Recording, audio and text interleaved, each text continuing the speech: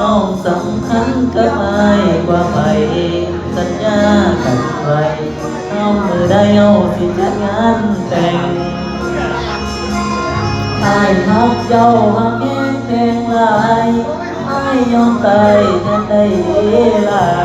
บอกเชื่อเลยว่าเอาสินั่งเป็นก่อนแต่งบอกได้บ่เหตุผลของเจ้า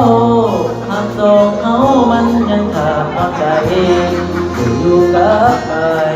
น้องนั้นอย่าได้พาไปกินอยู่กันมาเกือบปีไอ้บอกเคยขัดใจเจ้าวันที่วันเสาร์เจ้าอยากไปใส่ไอ้ตามใจทุกเดือนไอ้บ่ดีบ่ใดคือจังทำไมกันครับแน่นอนเจอเจ้าลิ้นบ่มองยังอยากเป็นโสดบ่มองมีคู่ใจเจ้าอยู่กับใคร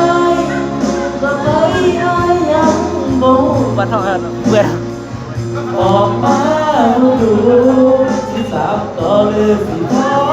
สักทีอาชิโทรหาพ่อกับแม่มาช่วยแก้กับสิ่งที่เป็นอยู่เจ้าบ่แม่นเรื่องถูกไอ้บ่ฝืนใจเจ้าต่อมองหักมันบังคับบ่ได้มันฝืนไปเอาสิสุดบ่เจ้ายังดิ้นบ่พอก็เส้นต่อสาย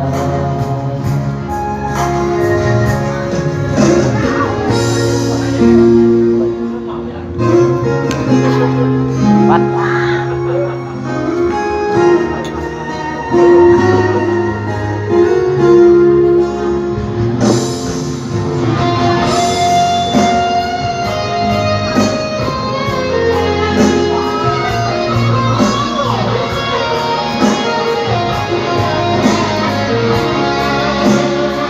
อยู่กันมาเกือบปีไอ้บ่เคยขัดใจเจ้าวันเสาร์เจ้าอยากไปใส่ไอ้ตามใจทุกเดือน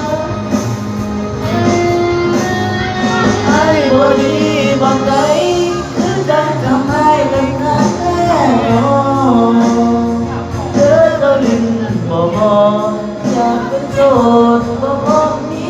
คู่ใจเจ้าอยู่กับใครกับไม่ไอ้ยังบ่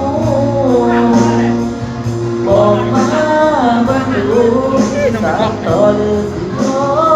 สักทีอาจสิโทรหาพ่อกับแม่